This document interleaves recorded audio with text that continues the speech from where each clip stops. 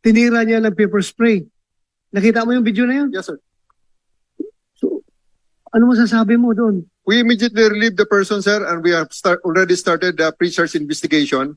And according to him, it's not pepper spray but an alcohol spray. At well, hindi ko na, sir, i-justify ang kanyang ginawa, Please do not, but that's wrong, sir. please do not We will not justify. tolerate. Alcohol that ba kind of naramdaman mo, Ma'am Cardona? Alcohol? Alcohol yung tinira sa'yo?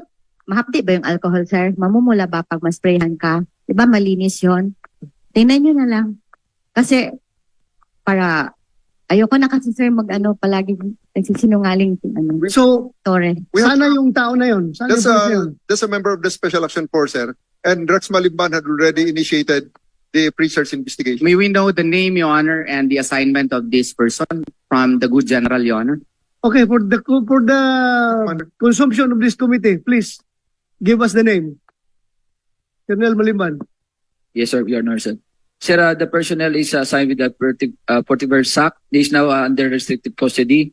His name is Corporal Lacanaria, sir. Lacanaria. Yes, sir. From From, yes, sir, PNP SAP, sir, Portiver SAC. Corporal Ray Lacanaria, sir. Ray. So If right now, he he is is in- facing administrative charges. Yes, sir. We already started the summary hearing procedure, sir.